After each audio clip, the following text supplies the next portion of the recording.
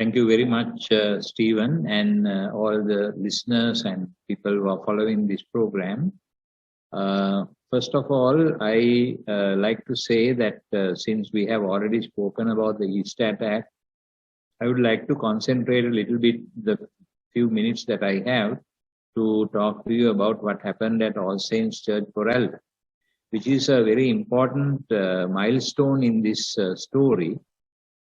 Because when this grenade was discovered in the church and the parish priest informed me, I actually advised him not to give the CCTV cameras to the police, because the basic assumption has been that all along this last so many years, there has been a practice of deleting evidence.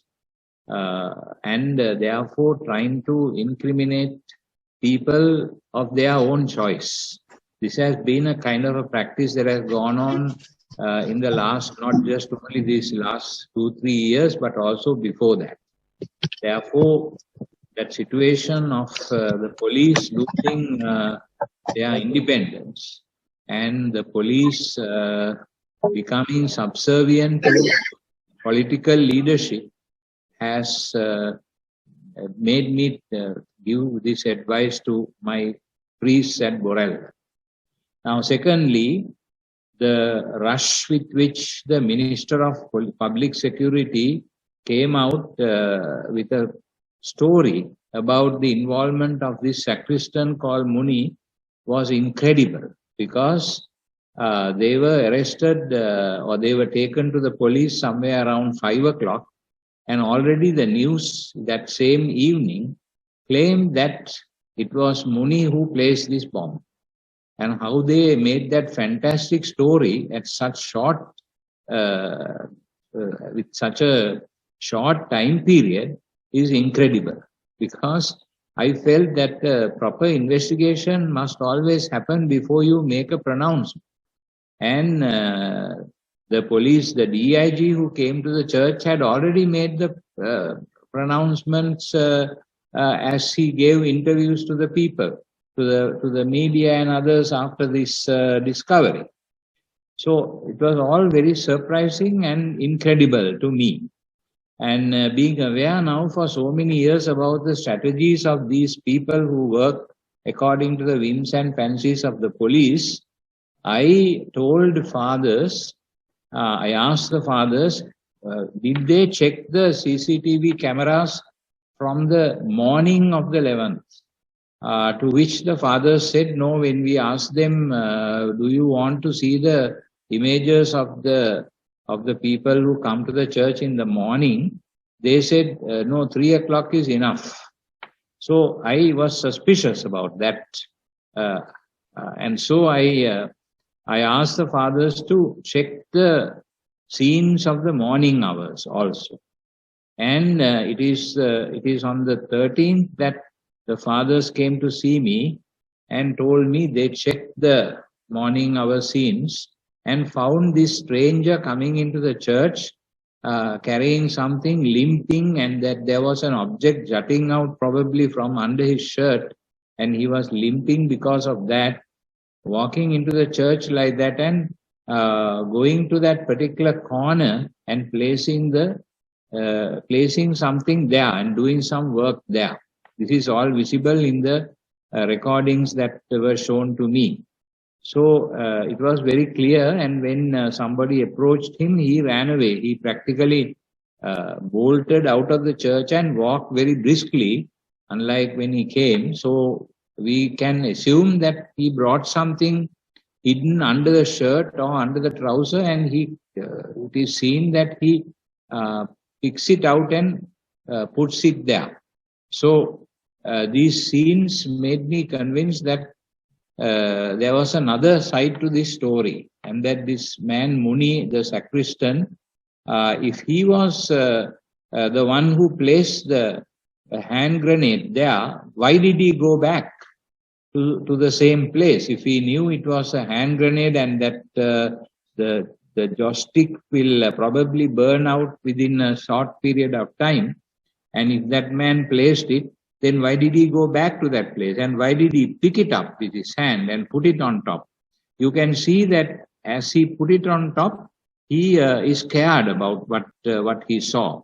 So he runs, according to the images, he runs to the side and speaks to his assistant, one Indika, and both of them go to that place and observe it again. So the second time, Muni is taking a look at it. And then they come out and then they go in two different directions, sweeping the church. But then they were still talking about this object, probably pointing, we can see them pointing to that place. And then they both go back again a third time to see this. And then they come back and they are going towards the parish priest. Then we can see the parish priest coming in and watching it. And then after that, we see the assistant parish priest coming and taking a photograph. And soon thereafter, the police are walking into the church. So these scenes are seen in this CCTV camera recordings. But I told this father to look at the morning hours. And we see that the morning hours sees this other man coming into the church and doing that. Afterwards, I told the fathers to check the previous day and the day before.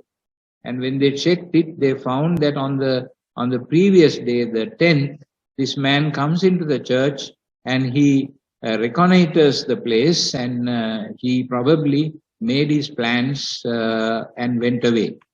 So all of these indications, the police did not care to look into. But they rushed into conclusions, and they already named this man Muni as being responsible, because they even claimed that this Muni had something to do with that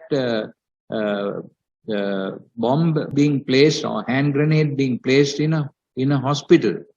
So they already drew their conclusions, which is to say that this was a pre-gone kind of a conclusion that they had arrived at before the investigations could really be completed.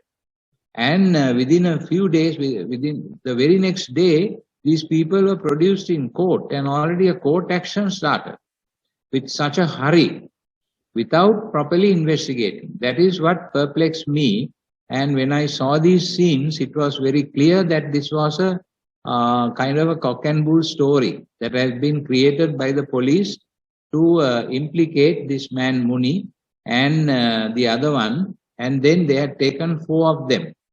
The story about the young boy, his evidence is rather flimsy, because when you see what has happened now, the latest developments, that story fades into the background. So all of this shows that this is the typical way in which this kind of thing is tailor-made according to the instructions of powerful people behind these policemen. I'm very sorry and sad about the police, because the status to which they have fallen in the last so many years, decades of history of Sri Lanka, where politicians have continued to weaken the freedom of the police to act independently, and then also now interfering with the judiciary, trying to weaken the judiciary and meddle inside the judiciary. This is a very poor practice of democracy for all of us. This is a very sad situation for the future. And the East attack is nothing but a typical example of political manipulation, the making use of a group of terror-minded youngsters, and having come to know about them, possibly allowing that to happen for political gain. And this is becoming more and more clear by the day. Therefore, I have lost all my trust in the democratic principles of this country, which have been ruined in the last 75 years by the rulers of this country, one regime after the other. And the result of what we have today is a monstrous development, which is a very serious situation for the future of this country. And this country can slide into dictatorship within no time. unless there is a complete change of attitude and a complete change, and I cannot trust the existing politicians of all the sides who have betrayed and who have been part of this story.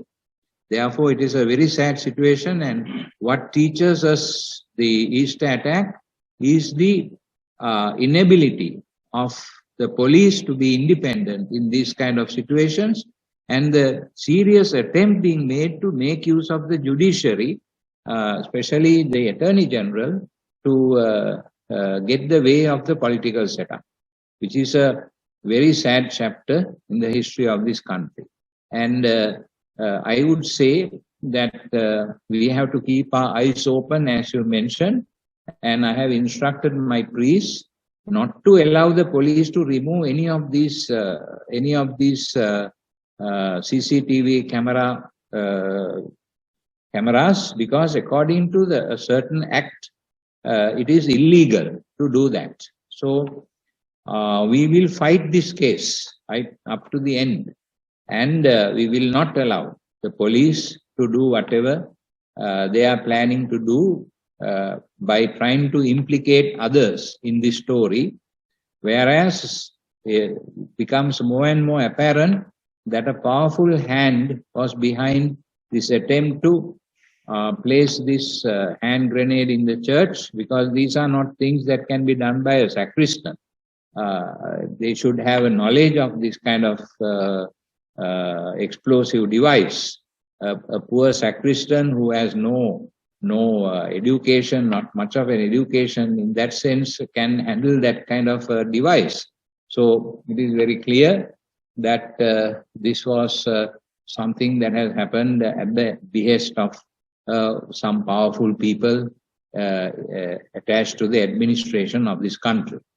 Now, I want to say also that with regard to the international approach to our issues regarding Easter attack, we are exploring all the possibilities that are open to us, and already we have contacted some of the parties, and we are hoping to, if there is no proper response to our request, we have been waiting patiently with this government, which had promised us that they will do justice to us, but they have not done it, because the Easter Inquiry Commission, Presidential Commission report very clearly has named a series of people as being responsible for inaction and allowing this group of gangsters to go ahead with the attack for their own purposes, and